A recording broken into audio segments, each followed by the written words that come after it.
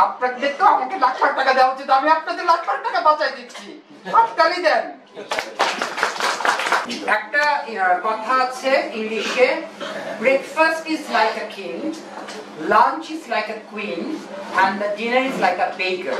মানে ব্রেকফাস্ট আপনি পেট ভরে খাবেন, লাঞ্চ আপনি মোটামুটি খাবেন, ডিনারটা খাবেন আপনি ফকিরের মতো, মানে যত লাইট অল্প খাওয়া যায়।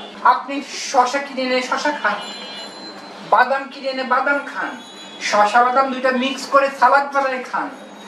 আপনার তো ওই পচা তেলের 3 দিনের বাসি তেলের মধ্যে সমুচা ভাইজা সমুচা খাওয়ার দরকার নাই, আপনি এগুলা খান।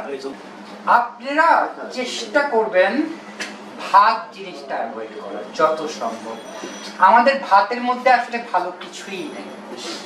একটা জিনিস আছে যে একটু পরে কেউ বালিশ আনলে আমি দুপুরে একটা ঘুম দিব, এটা ছাড়া আমার মনে হয় না ভাতের মধ্যে ভালো কিছু আছে। যাদের ডায়াবেটিস আছে তাদের জন্য তো অবশ্যই খারাপ, আমি সুস্থ মানুষের জন্য বলি ভাত খারাপ। আমি এখন 10 দিনে 15 দিনে একদিন ভাত খাই, আগে আমি 2 বেলা ভাত খেতাম। কেন ভাত খারাপ বলছি? ওই যে বলছিলাম যে ভাত খুব কমপ্লিকেটেড একটা জিনিস, সো এইটা ভাঙতে, এটা ফেলে দিতে আমার প্রচুর এনার্জি খরচ হয় আমার শরীরে। সো আমি হালকা কিছু খাই। আমি ভাতের বদলে আমি হচ্ছে ওটস খেতে পারি, আমি ভাতের বদলে সালাদ আর ডাল খেতে পারি, আমি ভাতের বদলে ফ্রুটস খেতে পারি, আমি ভাতের বদলে বিভিন্ন সবজি সিদ্ধ খেতে পারি। অনেক কিছু আছে, এখন তো বাজারে সবই পাওয়া যায়। তো আমার ভাতই কেন খেতে হবে? খান, আপনি 2-3 সপ্তাহ পরে একদিন খান, বাট প্রতিদিন ভাত খায়েন না, কারণ ভাতে ভালো কিছু নাই। ভাতের বদলে বরঞ্চ আপনি ফ্রুটস খান, কারণ ভাতটা হচ্ছে কমপ্লেক্স কার্বোহাইড্রেট, হ্যাঁ কমপ্লেক্স কার্বোহাইড্রেট, আর ফ্রুটস হচ্ছে ফ্রুক্টোজ যেটা সিম্পল, এটা আমার সেলে যেতে সুবিধা হবে।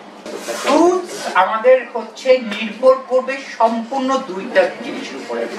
একটা হচ্ছে আমাদের দেশের প্রত্যেকটা না হলো ম্যাক্সিমাম ডক্টর এন্ড ডায়েটিশিয়ান মনে করে যে সব এক, সবাইরে কমন প্রেসক্রিপশন, সবাইরে common diet chart, diet chart print out করে রাখছে, টিপ দিয়া খালি হাতে ধরাই দেয়। সেটা কি কিডনি রোগী না স্টমাকের রোগী না ক্যান্সার রোগী, এটাও ডায়েটিশিয়ানরা খেয়াল করে না। কিন্তু আমরা সবাই ইন্ডিভিজুয়াল, কারোর হয়তো সবুজ আপেল ভালো স্যুট করে, কারোর হয়তো আমরা ভালো স্যুট করে। সো সবাইকে একরকম ডায়েট দিলে হবে না, আমাকে বের করতে হবে যে কোনটা আমাকে ভালো স্যুট করছে। এটা গেল 1 নম্বর। 2 নম্বর হচ্ছে আমরা সবাই জানি ফ্রুটস এর মধ্যে, কেউ কেমিস্ট্রি ছাত্র আছে এখানে? নাই, আচ্ছা, বাট কেমিস্ট্রি তো আমরা অনেকে পড়েছি ম্যাট্রিক ইন্টারমিডিয়েটে। আমরা সবাই জানি যে ফ্রুটস এর মধ্যে প্রচুর পটাশিয়াম থাকে, ফসফেট থাকে, আরো মিনারেলস থাকে, ম্যাগনেসিয়াম, সেলেনিয়াম, কপার, বিভিন্ন ধরনের মিনারেলস থাকে। তো অবশ্যই আমাকে ফ্রুটস গুলো খাওয়ার আগে তো সেজন্য আমাদেরকে দেখে নিতে হবে আসলে যে আমার শরীরে কোনটা ঘাটতি। আমার কথা হচ্ছে আমার শরীরে যেগুলো ঘাটতি সেগুলো আমি বেশি খাবো, আমার শরীরে যেগুলো ঠিক আছে সেগুলো মোটামুটি খাবো, আমার শরীরে যেগুলো অনেক বেশি আছে সেগুলো আমি খাবো না। Very simple.